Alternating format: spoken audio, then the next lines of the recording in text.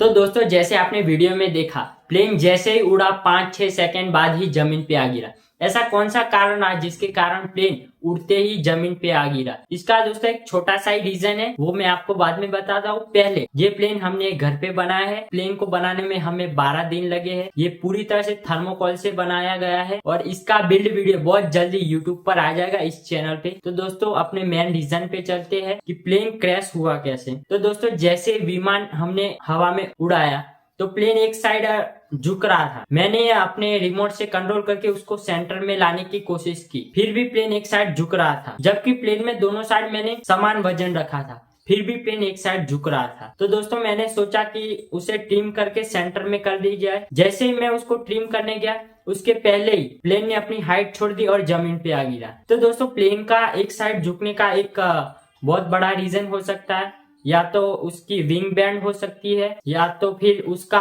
Angle, wing का angle सही से नहीं बैठा होगा। यही एक रीजन हो सकता है। तो दोस्तों एक छोटी सी भूल भी 10-12 दिनों की मेहनत पानी में फेर देती है। तो दोस्तों अगर आपको ये वीडियो अच्छा लगा हो तो प्लीज वीडियो को एक लाइक करना, क्योंकि ऐसे वीडियो बनाने में बहुत मेहनत लगती है और इससे हमें पता भी चलता है कि आपको इस तरह की वीडियो देखना पसंद है, तो हम इस तरह के वीडियो बनाएंगे। तो दोस्तों इसका बिल्ड वीडियो भी बहुत जल्दी इस चैनल पे आ जाएगा। तो मिलते हैं अगले वीडियो में।